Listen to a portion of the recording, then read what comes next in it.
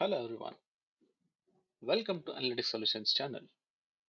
In this chapter, we'll learn how to combine text from various cells by using flash fill.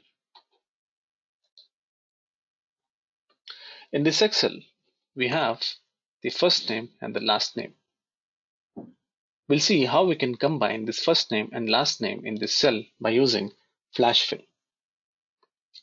Let's type the first name space the last name. Let's use the shortcut key Control E. You can see the entire cells filled with the first name and the last name concatenated or combined. We can also use something like this. The last name, comma, with the first name. We'll use Control E. We'll get the result like this.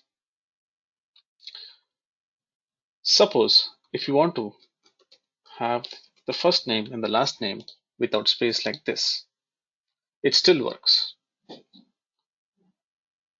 If you want to give an underscore, you can just go here, give an underscore here, say enter. This changes like this.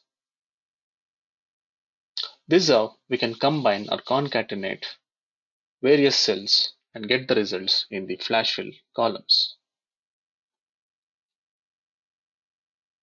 Thank you so much for watching this video.